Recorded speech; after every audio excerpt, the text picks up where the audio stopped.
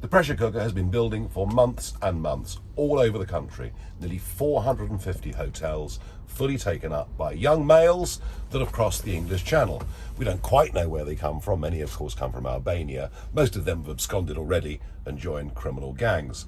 As for the rest, tough to know who they really are because they've mostly chucked their passports into the English Channel. But what is for certain is there is great unease in many local communities, and this finally boiled over in Knowsley, Merseyside. Last Friday night, a community protest was organised.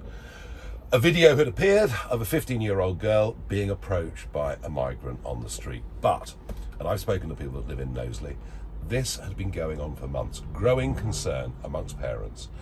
And let's just remember what happened in Sweden. Now, Sweden took in a ridiculous number of people who crossed the Mediterranean. Up to 20% of the population of Sweden have come into the country since 2015. We've seen a massive increase in attacks, particularly on women, let alone the gun crime, the violence that is going on in Stockholm now every single day. So people are worried, and they have a right to be worried about their kids and about their community. Knowsley, Liverpool, has probably been the most tolerant place for refugees and migrants for centuries. And far from being a hotbed of right-wingers, it's the most left-wing city in the whole of the country. What happened? They announced the protest. Care for Calais, Claire Mosley turned up with about 100 people, and then some yobs dressed in black outfits with backpacks and sledgehammers smashed in a police van. Those yobs had nothing to do with that local community whatsoever. I don't know who they were. They frankly looked to me like Antifa. But this has been used over the course of the last few days by virtually everybody to say it was a far-right demonstration and these are very bad people.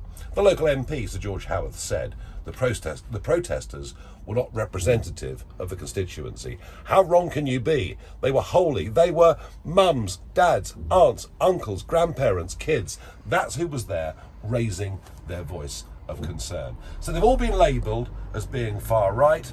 And, Lisa Nandy from the Labour Party, various Conservative politicians like Andrew Mitchell condemning the protest. Well, it's gone a stage further than that.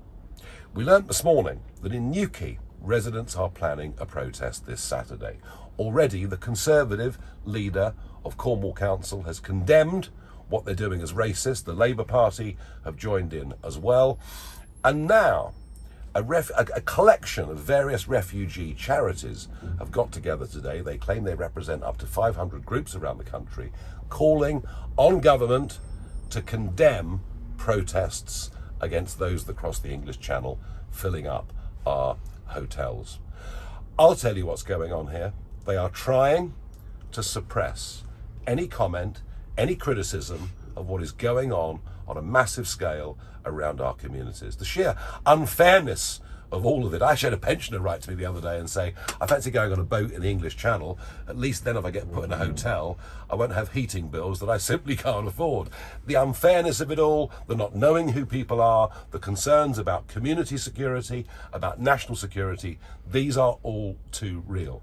So the question is, are we going to bow down to these people?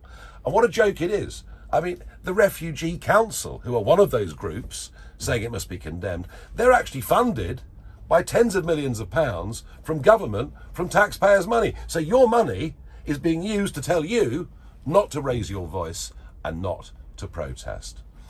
And the idea that what happened in Knowsley was threatening towards the migrants is ridiculous. They were standing outside the hotel, as they will be in Newquay on Saturday. This is a wholesale, widespread attempt to suppress free speech and open debate in this country. It is an attempt to tell parents that they cannot stand up for the rights of their kids. They cannot be concerned about what's happening in their society. They should brush under the carpet the rape of a schoolgirl in Dover, where 4 young men who crossed the English Channel were arrested last week. We are not supposed to discuss any of this. We are supposed to say nothing. Well, I tell you what, even if nobody else will do it, I'm going to go on doing it. I'm going to go on raising my voice, because I promise you, if you think this problem is bad now, it's going to get a lot lot worse. We must not allow these people to silence us.